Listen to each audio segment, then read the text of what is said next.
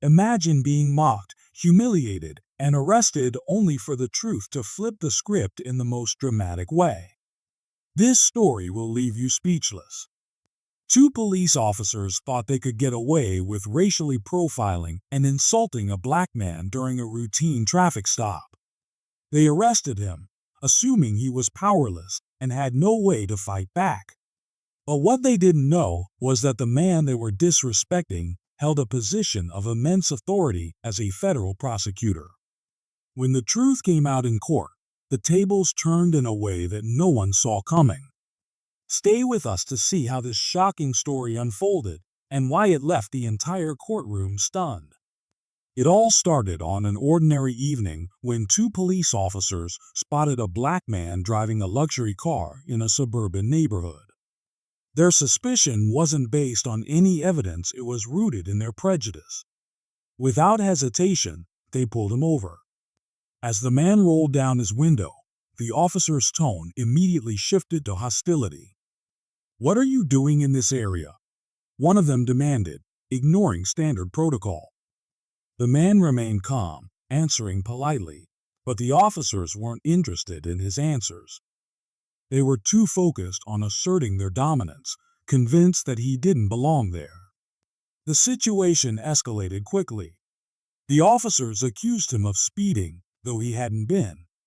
They claimed to smell something suspicious in his car, though no evidence supported their claim. Their questioning turned into insults. "You probably think you're above the law," one officer sneered. "People like you always do." Despite their taunts, the man stayed composed. He handed over his license and registration, but this only seemed to provoke them further. One officer mocked his calm demeanor. "What's the matter? Cat got your tongue?" They laughed. Ignoring his legal rights, the officers demanded he step out of the car. When he asked why, they interpreted his question as resistance. They cuffed him roughly, their grip tight and deliberate, making sure to humiliate him as much as possible. Pedestrians passing by didn't intervene. Some watched silently, others averted their eyes. At the station, things didn't get any better. The officers openly mocked him in front of their colleagues, making jokes about his clothing, his demeanor, and even his silence. "What are you, some kind of lawyer?" one officer jeered sarcastically. They were convinced they had the upper hand. But the man didn't argue or raise his voice. He quietly requested a phone call and an attorney, which only fueled their ridicule. "Oh, he's calling his lawyer," they laughed. As if that's going to help. To them, he was just another powerless victim, someone they could degrade without consequences. They didn't know his name. They didn't know his position. And they certainly didn't know the truth that would soon come to light, shaking the foundation of their false confidence. At the police station, the two officers were certain they had the situation under control. They processed the man's arrest with a mix of arrogance and indifference, still unaware of the storm they had unknowingly walked into. Their disrespectful behavior continued as they placed him in a holding cell, chuckling amongst themselves about how they had put him in his place. But behind the calm demeanor of the man they had arrested, there was a quiet determination. Sitting in the holding cell, he used his one phone call to reach out to his legal team. The officers, watching from a distance, rolled their eyes. "Look at him pretending to be someone important," one of them scoffed. Hours passed, and the man remained silent, observing everything with precision. Meanwhile, the officers were busy filling out their report, exaggerating details to justify their arrest. They wrote about how he had been hostile and non-compliant, crafting a story that would make them appear as heroes doing their job. What they didn't realize was that this wasn't just another ordinary arrest. By the time the man's attorney arrived, the pieces of the puzzle were already falling into place. The attorney didn't waste any time, demanding the officers provide a detailed explanation for the arrest. Instead of answering professionally, The officers dismissed him with sarcastic remarks, still blind to the gravity of the situation. The turning point came the next morning when the man appeared before a judge for his bail hearing. The courtroom was packed, and the officers, still brimming with confidence, sat smirking in the back. They believed this was just another routine case, another insignificant person they could overpower. But as the proceedings began, the mood in the room shifted. The man's attorney introduced him to the court not as an ordinary citizen, but as a highly respected federal prosecutor who had handled some of the country's most critical cases. Gasps echoed through the courtroom as the realization dawned on everyone present. The two officers froze in their seats, their smug expressions replaced by shock and fear. This wasn't just a mistake, it was a catastrophic miscalculation. They had not only arrested a federal prosecutor, but had also insulted, degraded, and fabricated evidence against him. As the prosecutor took the stand to recount the events, his composure was unwavering. He detailed every action the officers had taken, from the baseless traffic stop to the verbal abuse and the false accusations. He didn't exaggerate or embellish, he simply laid out the facts, and those facts painted a damning picture of the officers' behavior. The judge listened intently, her expression growing more serious with each passing moment. The prosecutor's reputation was well known in legal circles, and his word carried immense weight. The courtroom was no longer just a venue for a bail hearing, it had become the stage for a reckoning. As the truth unraveled, it became clear that this was not an isolated incident. The prosecutor's team presented evidence suggesting that the officers had a history of questionable behavior, including racial profiling and excessive use of force. Their past actions, which had gone unnoticed for years, were now under intense scrutiny. The officers tried to defend themselves, but their arguments fell flat.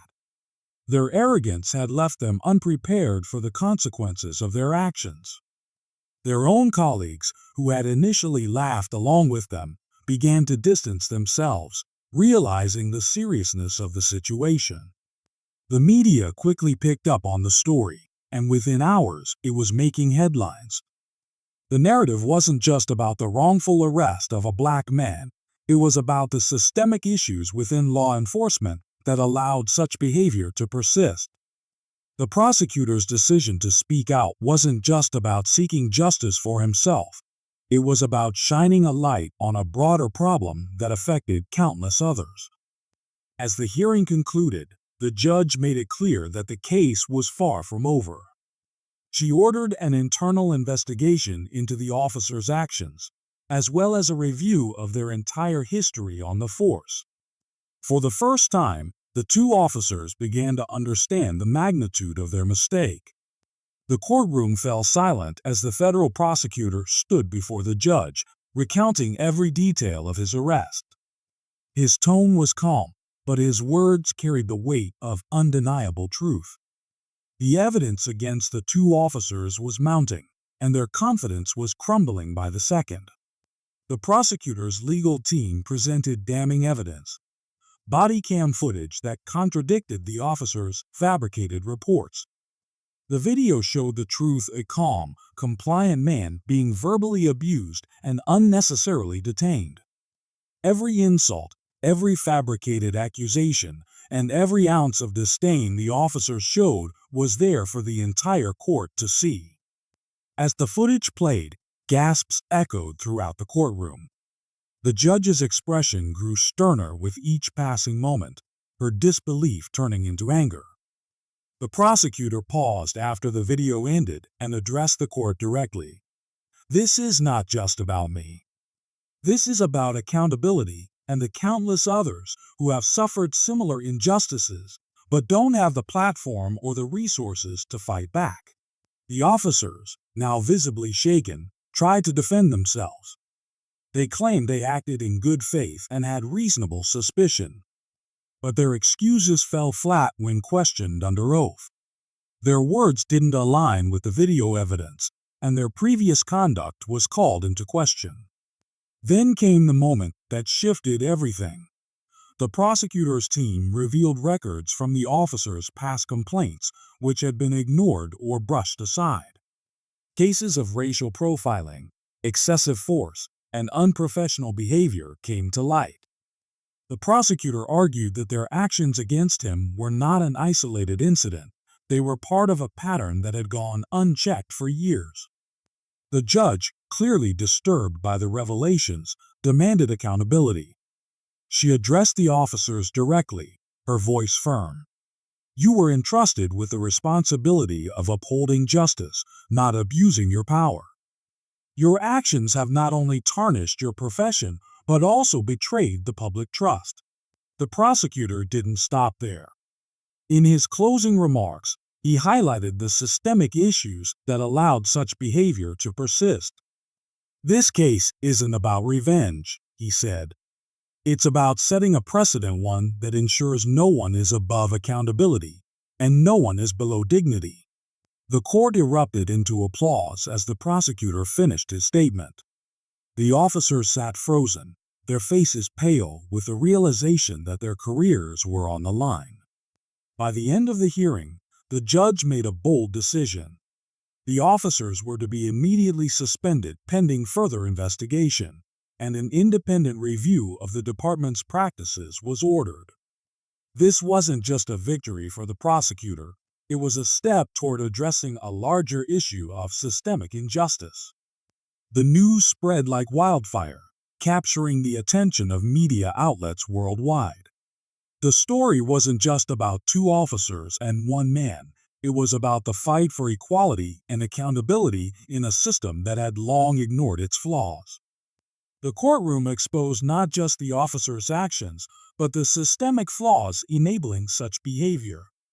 The prosecutor's courage turned a personal injustice into a wake-up call for accountability.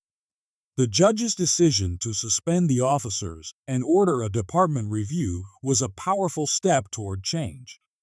This case wasn't just about one man, it symbolized the fight against prejudice and abuse of power, reminding everyone that justice, when pursued, can create lasting impact.